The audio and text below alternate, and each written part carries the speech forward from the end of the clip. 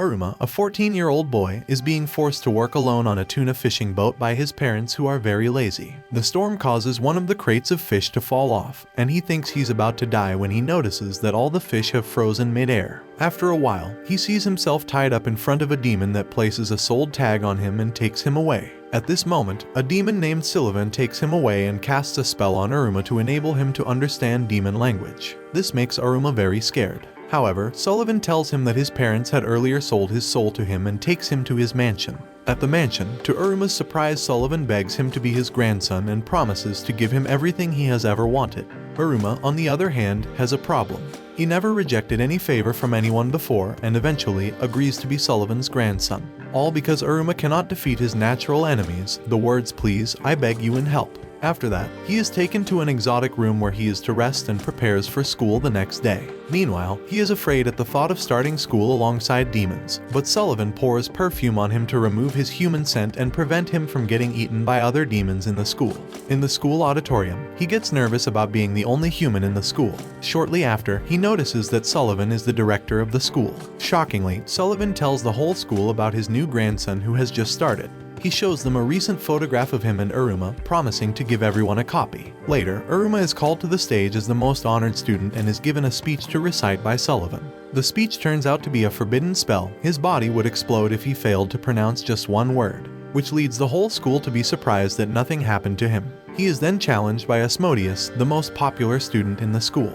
However, Iruma beats him up with the only ability he has, the ability to dodge anything that is being thrown at him, making him popular in school. At the director's office, Asmodeus comes to meet Iruma and bows before him, vowing to serve him, as that is the rule of demon law. The following day, Iruma is given exclusive treatment in Sullivan's mansion. Earlier on, he had once contemplated telling Sullivan that he didn't want to go to school anymore but changed his mind after that. On getting to school, Asmodeus bows to his new master, Iruma. Then, they both go to where they will have to summon their familiar, which is a demon companion. Iruma gets worried because he is human and thinks he will not be able to summon a familiar. He watches as others summon their demon companions and sees Asmodeus summon a Gorgon snake, which is no surprise because of his lineage. Just then, the sensei asks Iruma to summon his own companion. Iruma walks up to the circle in a bid to summon his own familiar. But only demons can summon beasts as their familiars. In Iruma's case, he's a human, so he can only summon a demon, his own teacher Caligo. This causes a scene in the school, as a demon never summoned another demon as a familiar. Caligo is all pissed and wants to nullify the contract, but Sullivan tells them they will die if they force a cancellation, forcing them to be in a contract for a year. Later on, Iruma meets Clara, a dumb female demon who likes to play with people. She begs Iruma to play a game with her, and he accepts, once again because his lack of ability to reject any request. Asmodeus is also forced to play because he had vowed to do whatever Iruma asks him to do. Iruma and Asmodeus get exhausted after playing with her for 2 straight hours and she gives them some treats. She uses her magic to summon anything out of her bags. The following day, Clara hears some of her fake friends talking about how stupid she is and how they have been using her. She ignores them and goes to meet Iruma outside the school's garden. Seeing him, she hands him a lot of treats, but he refuses them and tells her that he will keep playing with her, but not because of the treats. The other guys appear asking for drinks, and Clara decides to give them a vending machine on their faces. The following day, they all go to school together and head to the cafeteria. At the cafeteria, Iruma learns about servings and ranks from Asmodeus. After their lunch, he asks Asmodeus and Clara to be his friends and they accept. Iruma is placed in the misfit class, which is the class for problematic children. They are being led to the class by an arrow sign, which takes them down to a dark and filthy classroom. As he makes his way into the class, he is ambushed by his new classmates, but successfully dodges all the weapons because of his evasive ability. Then, he meets Sabnok, who claims that he is destined to be the next Demon King. He also tells him about the highest rank in the demon school and all he will accomplish after getting the rank. Asmodeus and the guy start their verbal fight, but Asmodeus starts to overcome it by describing the power of friendship he got from Iruma. At that moment, Caligo comes in and instructs them all to have their seat while he takes the roll call since he will be in charge of the class. Shortly after, he takes all the students outside and tells them he wants to test them and determine their ranks. Furthermore, he wants to test them with a race to run to the flag at the top of a mountain.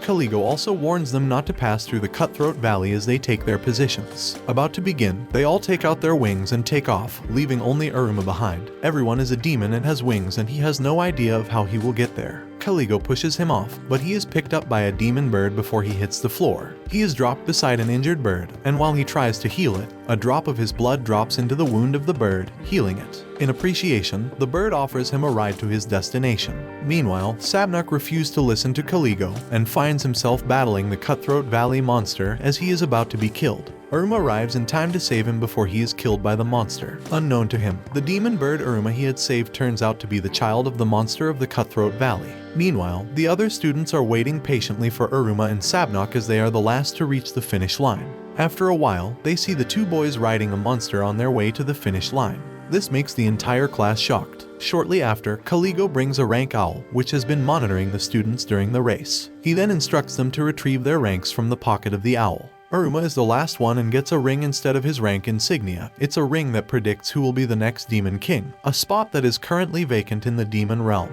The ring absorbs the power of others and causes pain to the ears of the students by making a very loud noise. Just in time, Sullivan appears and gives the ring demon enough magic to stop it from screaming, and it goes back into the ring. Due to this, Iruma is not given a rank by the owl, but he is given the lowest rank in the school, making him happy as he feels he will not get to stand out. The next day, Iruma goes to school in a chariot that is driven by Sullivan.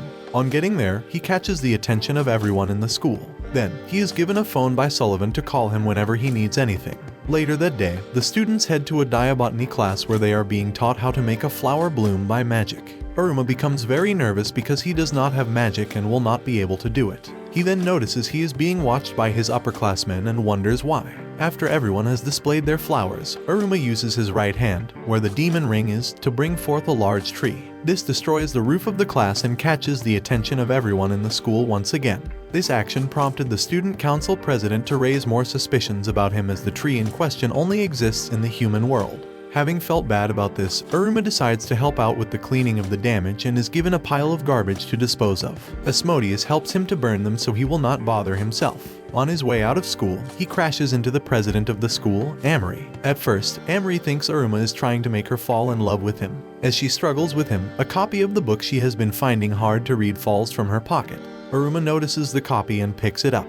At that moment, she notices that he knows and can read the words from the text, proving that he's a human. She takes Iruma to her office and tells him to read the story to her. While they continue reading, she finds the stories from the book to be very interesting. Just then, Iruma notices that he is late as he sees a lot of missed calls from his grandpa. Before he leaves, Amory puts her number on his phone and tells him that she will call him to come and read the text to her. The next day, Iruma meets Opera and she asks him if he would want to go back to the human world. He thinks and compares the life he has been living in the demon world with his past life but does not give her an answer. She then reveals to him that if he wants to go back, he will have to increase his rank in the school and graduate with a high rank. While in school, he thinks about what Opera has told him, but he gets worried that it will draw attention to him. While with his friends, he receives a text from the president to meet with her in the common room.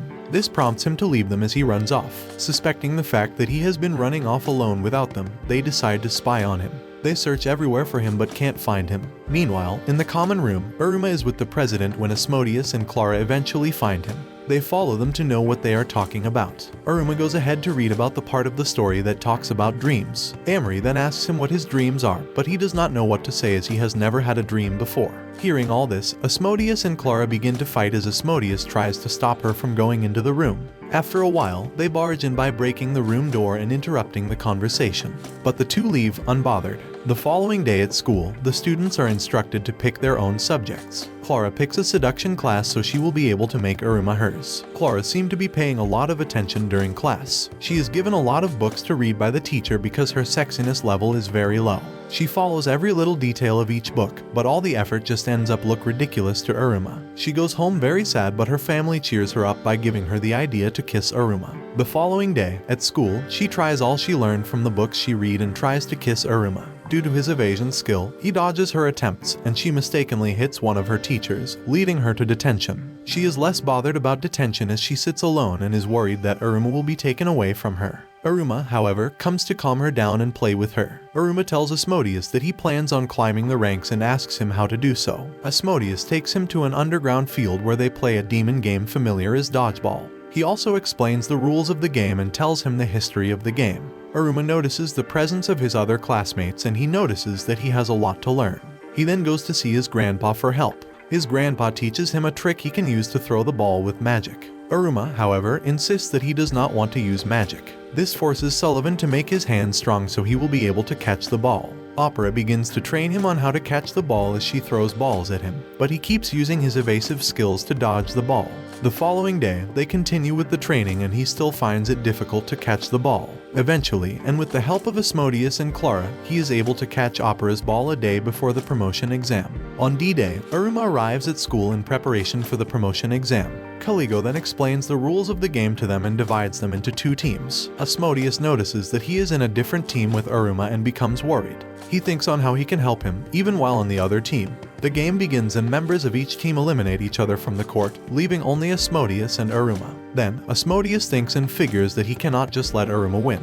He then turns the ball into a fireball and throws it at Iruma, who catches it and throws it back to Asmodeus. The ball hits him, making Iruma the winner of the tournament. Caligo approves his promotion to bet and increases his rank. He gets back home and tells Sullivan he passed the exam, happily going to bed. A new teacher arrives at the school to teach a topic on familiars. He takes the entire class outside and tells them to summon their familiars. They all summon their familiars and Iruma summons Caligo. Then, they go on with fun activities to create a bond between them and their familiars. Caligo is forced to do everything the new teacher asks so that Iruma will pass the class. He grows tired of everything and explains how a familiar is to be treated to be in his favor for the period of the class. Later that day, a loud alarm is heard in the school. Hearing this, Asmodeus informs Iruma that there will be a battler's challenge and he will try to be forced into a battler, but he will protect him. He also explains to him that joining a battler will help him increase his rank in the school faster. Iruma thinks about it in the cafeteria as it sounds like clubs in the human world. Suddenly, they hear a group of battlers come in through the doors of the school and head towards the cafeteria. Asmodeus then places a barrier of fire around them to prevent battlers from getting near Iruma. After some time of intense rookie hunting, the president of the school also comes in and calms the entire hall down. Iruma becomes surprised that she is the president of the student council, and he did not notice all along. She comes to give him an application to join the student council of the school, then leaves. Later that day, the alarm signifying the end of the battlers' hunt is heard and everyone is expected to return to their respective class. In class, Caligo explains to the students the importance of joining a battler and how it boosts their rank. He also tells them there will be a trial and tells them not to take it too lightly. At the Battler Tower, different battlers are recruiting members and calling for new members. Asmodeus and Iruma are moving around looking for a battler to join, when suddenly, the demon ring drags Iruma through the halls of the tower to meet a member of the magical apparatus battler. He explains to Iruma that his ring reacted to his necklace and says he builds apparatus for demons that don't have much magic. Iruma goes to join the Diabotany Battler, where they grow and study various plants. Also, he goes to other battlers to check all his options before making a decision. After that, he heads home to meet Sullivan and explains the incident at school to him. In turn, Sullivan helps him tune his ring. Meanwhile, while Iruma tries to make a decision on the battler to join, he stumbles upon the magical apparatus battler again. Iruma helps Amy since he is the only member of his group, after noticing that each time Amy uses magic, he coughs out blood. He tells him to stop and offers him a seat. Shortly after, Amy shows Iruma a magic enhancement device and explains to him why it hasn't been working. After close observation, Iruma helps him to set up the machine and turns it on and agrees to join his battler. On the final day of the battler's trial, Iruma is joined by Asmodeus and Clara as the duo did not find it comfortable being in a different battler from Iruma. Later that day, he goes to see the student council president and informs her that he has joined another battler. This makes her very angry, but he explains everything to her. The next day, Iruma is invited to a battler party, and when he asks Opera what it is about, she tells him that it's a way for the parents to check on what their wards are doing in school. Meanwhile, Sullivan goes for a meeting to decide who will be the Demon King and restore balance to the realm, when the father of the president of the student council comes in to arrest him for illegally crossing into the human world. Back home, Iruma is unaware of the current situation and the fact that his grandfather has just been arrested. Watch this next video. See you on the next one.